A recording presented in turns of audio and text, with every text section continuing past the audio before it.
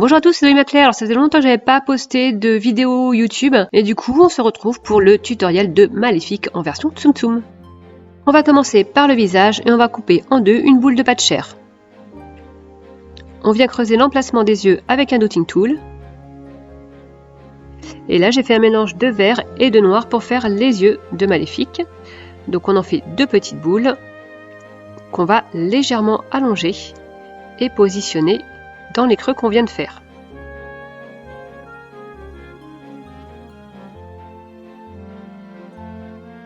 Ensuite, on vient couper l'extrémité d'un petit boudin de pâte chair et ce sera le nez. Pour les sourcils, on vient découper l'extrémité d'un très fin boudin de pâte noire et 3 pour chaque œil. Vous disposez ces tout petits cils autour des yeux et je vous conseille au préalable de mettre de la fimo liquide. Ça permet de les faire glisser si vous les avez mal positionnés au départ.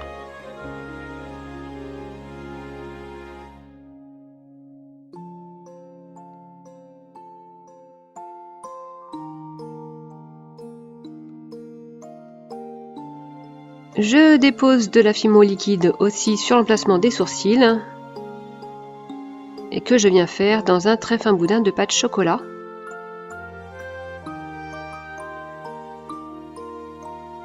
On prend le temps de bien définir les sourcils parce que c'est eux qui vont donner l'expression au visage. Ensuite, pour le turban de Maléfique, j'ai pris une très fine plaque de pâte noire. Je viens couper une partie en arrondi pour pouvoir la positionner comme ça sur tout le contour du visage.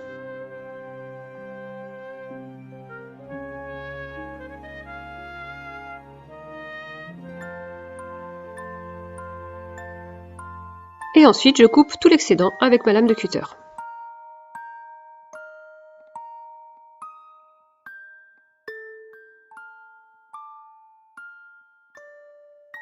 Ensuite, je viens former comme une petite olive de pâte noire.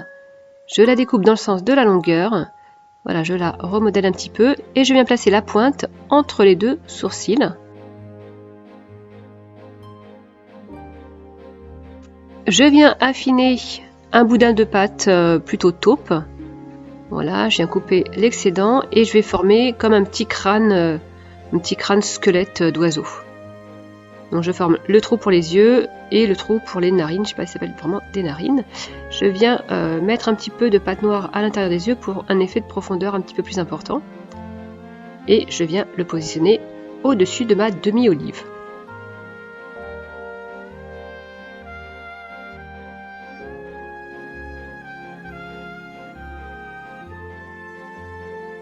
Ensuite, avec du pastel sec gris et un pinceau assez fin, je viens creuser les joues. Voilà ce que ça donne. Ensuite, je vais venir faire des stries avec une aiguille pour faire un effet turban. Voilà, de tissu qu'on a entortillé sur lui-même.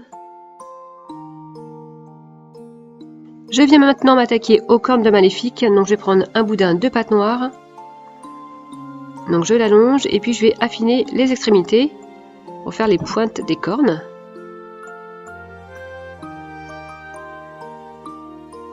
Ensuite, je vais venir couper en deux en biseau.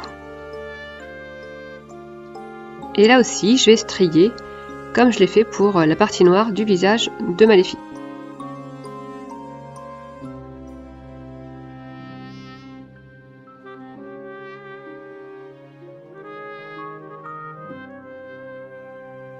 Ensuite, je viens leur donner la forme des cornes. Et là, c'est assez inexplicable, donc je vous conseille de regarder un modèle. Un petit peu de fimo liquide de part et d'autre de la tête. Et on positionne les deux cornes.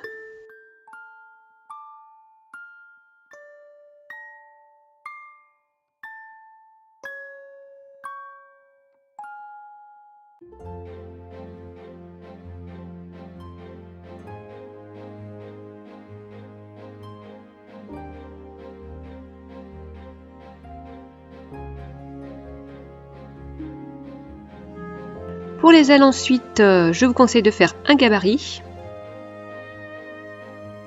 et je découpe dans la pâte noire. J'ai pris de la pâte noire de chez Action parce que je voulais une pâte assez molle pour faire ce que vous allez voir que je vais faire par la suite. Donc j'en découpe 2 dans le même sens. Ensuite je vais venir tourner mon gabarit et en refaire 2 dans ce sens. Et j'ai oublié de le préciser, je me suis mis sur le cran 3 de ma pasta machine, sachant que le cran 1 est le cran le plus large. Donc c'est quelque chose d'assez fin le cran 3 finalement. Voilà, ensuite je vais découper comme ça des petits morceaux.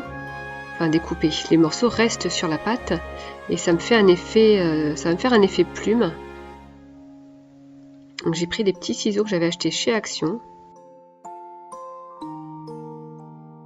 Je m'arrête à la moitié et ensuite je vais dessiner des grandes plumes comme ça.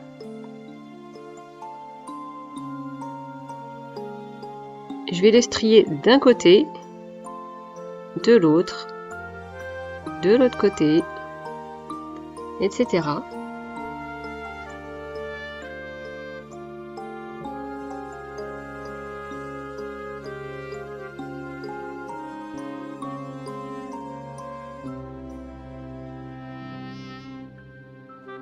Et puis je vais accenter l'effet plume en découpant des petits morceaux de pâte et voilà, pour donner un effet pointe de plume. Je viens faire ça 4 fois et ensuite je viens rassembler 2 par 2 deux pâtes miroirs que j'avais fait tout à l'heure dans ma pâte noire avec le gabarit. Voilà, je viens bien les mettre en face.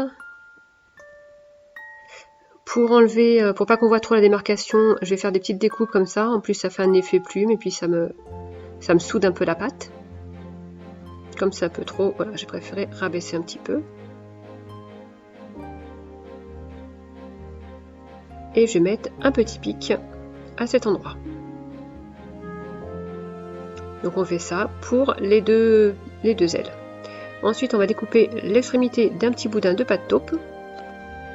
Et on va la placer au bout de l'aile, comme ça.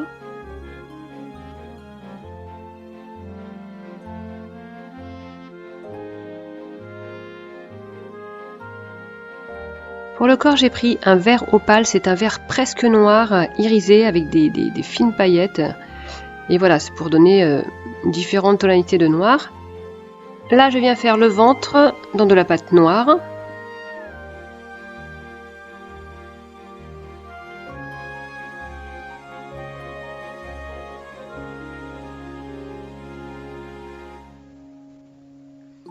Et ensuite, les bras et les jambes dans la pâte vert opale.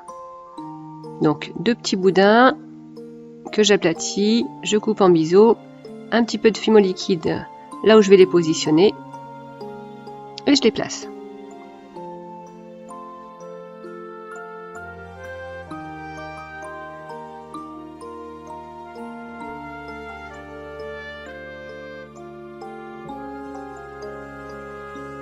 Je viens faire des trous là où je vais piquer les ailes, donc j'essaie de faire symétrique.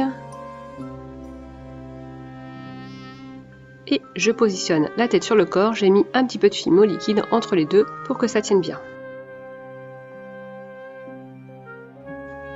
J'ai mis aussi de la fimo liquide dans les trous et je viens positionner les 2 ailes.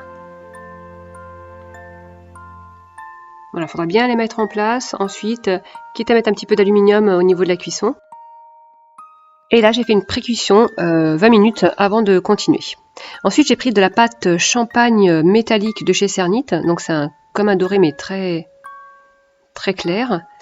Et je viens mettre de la fimo liquide sur tout le contour de la jonction entre la tête et le corps. Et je viens placer tout ça. Et donc, je fais un effet petit squelette avec 2 trous pour les orbites des yeux. Et un petit bec en allongeant la pâte.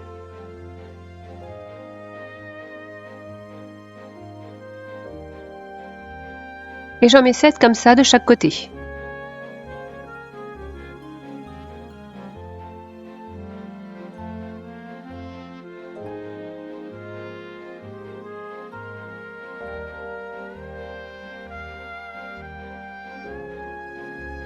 Et il me reste de la place au milieu pour en faire d'autres un peu plus gros. Donc je vais découper 2 brins identiques, 2 un petit peu plus grands et 2 autres encore un petit peu plus grands.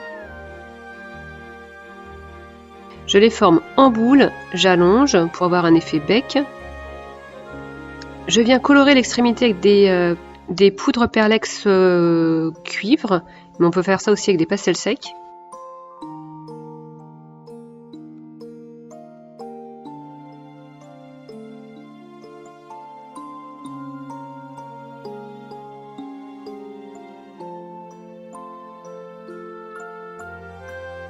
Je viens créer à l'extrémité opposée 2 orbites ronds pour les orbites des yeux et puis 2 trous pour les orbites nasaux, les orbites du nez.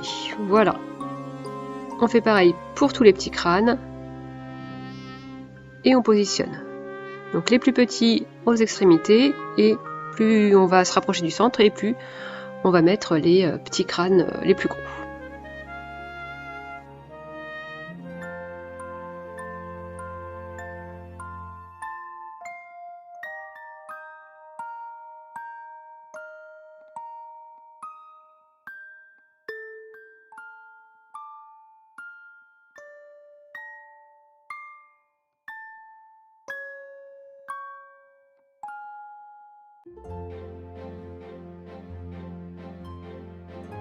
On passe la création au four 30 minutes ou moins si on a déjà fait une pré-cuisson.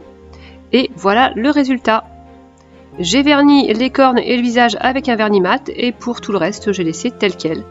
Cette tenue, c'est celle qu'elle porte quand elle va se rendre au château des parents de Stéphane. C'est un Tsum Tsum qui n'existe pas, ou pas encore. En même temps, j'ai l'impression que les Tsum Tsum sont une espèce en voie de disparition. Il n'y en a plus tellement. Mais moi, je vais continuer à vous en proposer parce que j'aime bien ce genre de création. C'est vraiment le truc qui me plaît à faire. Du coup, j'espère que cette vidéo vous a plu. N'hésitez pas à me le dire en commentaire, ça fait toujours plaisir et ça m'encourage à continuer. Et sur ce, je vous fais une grosse bise et vous dis à bientôt pour une nouvelle création. Bye bye! Tu peux me suivre sur ma chaîne YouTube et sur mon compte Instagram. Et si tu reproduis une de mes créations, n'hésite pas à poster une photo sous le hashtag TutoDolly.